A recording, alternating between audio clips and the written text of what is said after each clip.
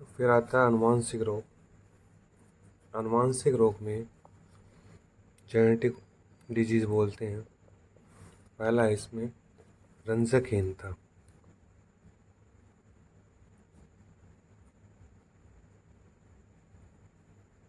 रंजक किसको बोलते हैं? कलर को। और हीनता मतलब कमी, कलर की कमी। किसकी? शरीर की त्वचा होती है, उसका रंग जाने लग जाता है।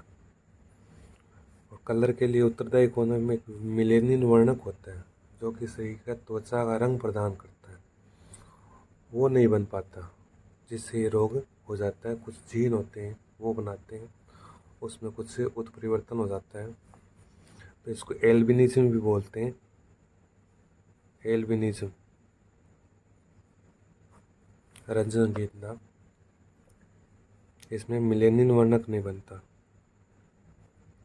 मिलेनिन वर्णक जो त्वचा को रंग प्रदान करता है, तो मनुष्य की त्वचा का रंग प्रदान करने के लिए उत्तरदायी है, नहीं बनता। जिससे कौन सा रोग हो सकता है? रंजकहीनता, एल्बिनिज्म। ये एक आनुवंशिक रोग है। इसमें क्या है, ये बनाता क्या? टायरोसिनेज एंजाइम होता है, उससे बनता है। उस टायरोसिनेज एंजाइम में एंजाइम नहीं बन पाता, जिससे ये भी नहीं बन पाता और उससे हो जाता है। एक आता है एल्केप्टोन्यूरिया।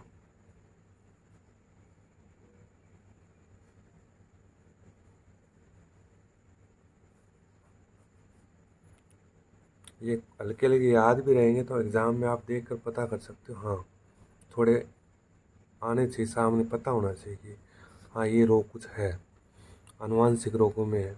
यदि इसके बारे में डिटेल से भी पता नहीं हो तो नाम तो कम से कम ध्यान रखना ही पड़ेगा। एल्केप्टोन्यूरिया में मूत्र का रंग काला हो जाता है।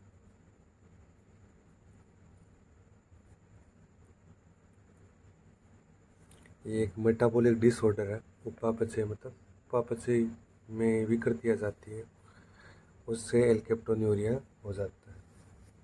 फिर तीसरा है फिनाइल कीटोन्यूरिया।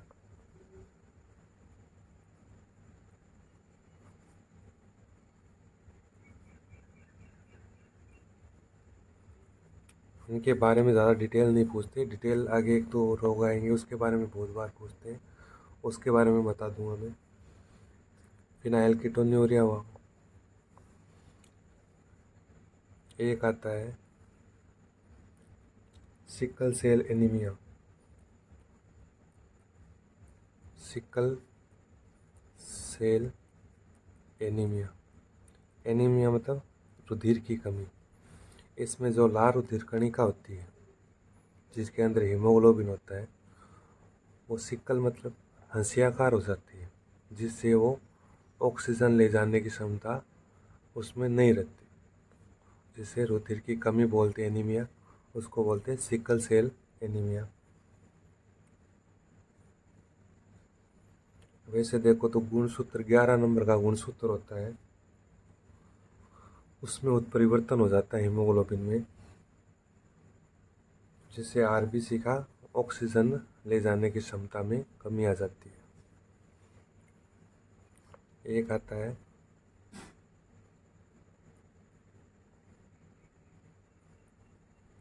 थैलेसीमिया।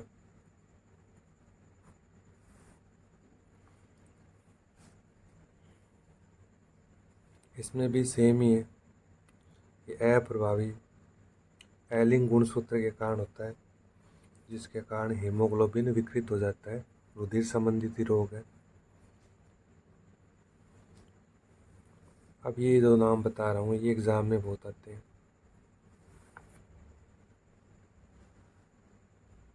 एक आता है डाउन सिंड्रोम।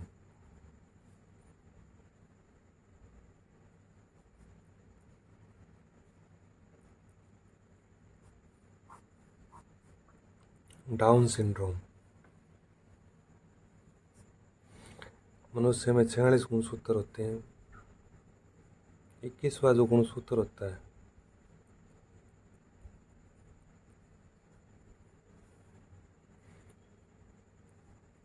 उसमें वृद्धि हो जाने के कारण ये रोग हो जाता है। 21वें गुणसूत्र में वृद्धि के कारण, मतलब 46 होते हैं तो कितने हो जाते हैं टोटल? 47 हो जाते हैं। 21वां 1 से 2 हो जाता है। इसको बोलते हैं डाउन सिंड्रोम। एक आता है टर्नर सिंड्रोम। टर्नर सिंड्रोम क्या होता है? एक अक्ष गुणसूत्र होता है ना, उसका विलोपन हो जाता है।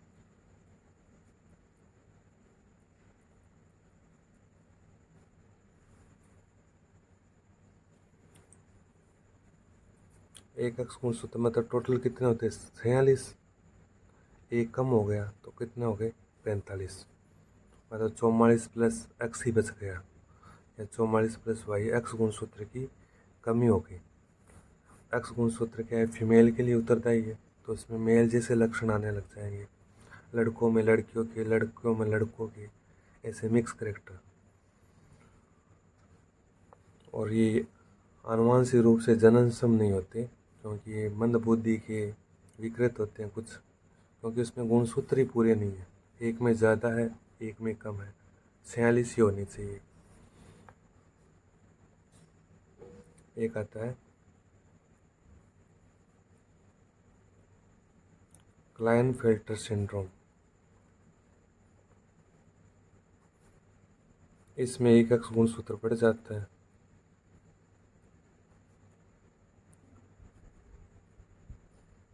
मतलब 44 प्लस एक्स वाई होता है ना, तो एक्स एक्स और वाई एक एक्स्ट्रा हो गया, तो इसमें भी कितने हो गए? 47 हो गए। इसमें और इसमें फ़र्क क्या है? ये तो एक्स लिंग गुणसूत्र बढ़ रहा है, और इसमें काय गुणसूत्र, 21वां गुणसूत्र काय गुणसूत्र होता है, वो बढ़ रहा है। ये फ़र्क है इनमें दोनों में।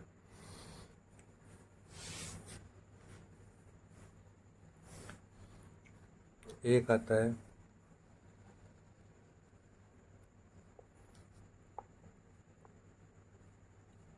Patau syndrome.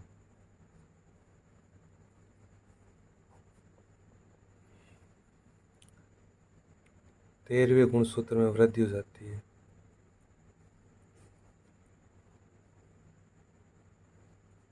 इसमें भी कितने होते हैं? 46 के कितने हो जाते हैं? 47। 13वां गुणसूत्र ध्यान रखना।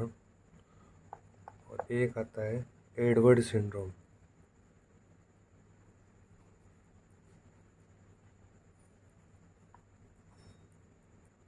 इसमें जो 18वां एलिंग गुणसूत्र है, उस उसमें वृद्धि होने से एडवर्ड सिंड्रोम होता है। गुणसूत्र संख्या ध्यान रखना। डाउन में 21वां, वृद्धि होने से एक अक्ष गुणसूत्र में कमी होने से टर्नल, क्लाइनफेल्टर में एक अक्ष गुणसूत्र की वृद्धि होने से, पटाउ सिंड्रोम 13वें गुणसूत्र से, और एडवर्ड सिंड्रोम 18वें गुणसूत्र से। एक दो रोग है, ये अनुवांशिक रोगों में बहुत बार आते हैं। हीमोफीलिया।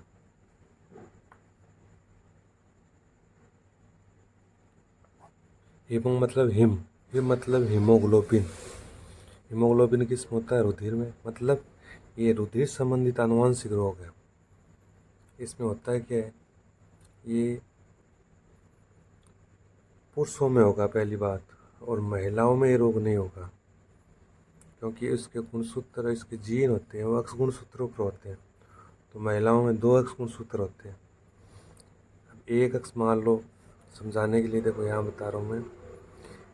एक अक्ष गुणसूत्र पर यहाँ जीन है, तो दूसरा अक्ष गुणसूत्र होगा ना, उसके जीन इसको दबा देंगे, जिससे ये रोग महिलाओं में नहीं होगा। महिलाएं वाहक होगी, फैलाने वाली, लेकिन प्रभावित नहीं होगी इससे। अब पुरुषों में क्या होता है? एक्स वाई होता है। अब इस पर मान लो हीमोफीलिया के जीन वाई पर होते नहीं है, तो ये इसको दबा नहीं पाएगा, क्योंकि इसको दबाने वाले जीन नहीं है, जिससे ये अपना प्रभाव दिखाएगा, क्योंकि अकेला रह गया, जिससे ये हीमोफीलिया रोग हो जाता है। इसमें पुरुषों में, महिलाओं में नहीं हो पाता। महिलाएं वाहक होती है आगे पीढ़ियों में ले जाने के लिए, लेकिन पुरुषों में होता है ये रोग। और इसके जीन भी एक्स गुणसूत्र पर होते हैं। ये क्या, इसको क्या बोलते हैं? एक्स सहलगन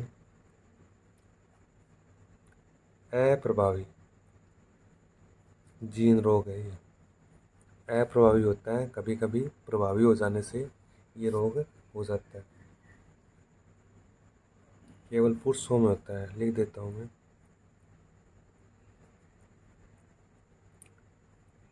पुरुषों में। और महिलाएं वाहक होती है केवल, महिलाओं में नहीं होता। एक इसके जैसा ही एक रोग है, वर्णांता, सेम ही है, जिसको कलर ब्लाइंडनेस बोलते हैं। वर्णांधता, कलर ब्लाइंडनेस, मतलब वर्णांध मतलब दिखता नहीं जिसको। इसमें व्यक्ति क्या, वर्ण किसको बोलते हैं? कलर को, रंग को। मतलब इसमें लाल और हरे रंग की पहचान नहीं कर पाता व्यक्ति, इसको बोलते हैं वर्णांधता। ये भी सेम ही यही चीज़ है। ये भी एक्स संलग्न है, प्रभावी जीन है, केवल पुरुषों में ही होता है और महिलाएं वाहक होती है। ये कुछ आनुवांशिक रोग हैं। इनमें से ये नीचे के 4-5 है: Down, Turner, Klinefelter, Patau, Edward, haemophilia, वर्णांता। ये बहुत बार आता है। ऊपर जो नाम बताए थे, रंजकहीनता, एल्केप्टोन्यूरिया, फिनाइलकीटोन्यूरिया, थैलीसीमिया, ये रोग भी नाम ध्यान रखना आप। तो ये चैप्टर कंप्लीट हो गया है। अगली क्लास में MCQ देखेंगे इसके।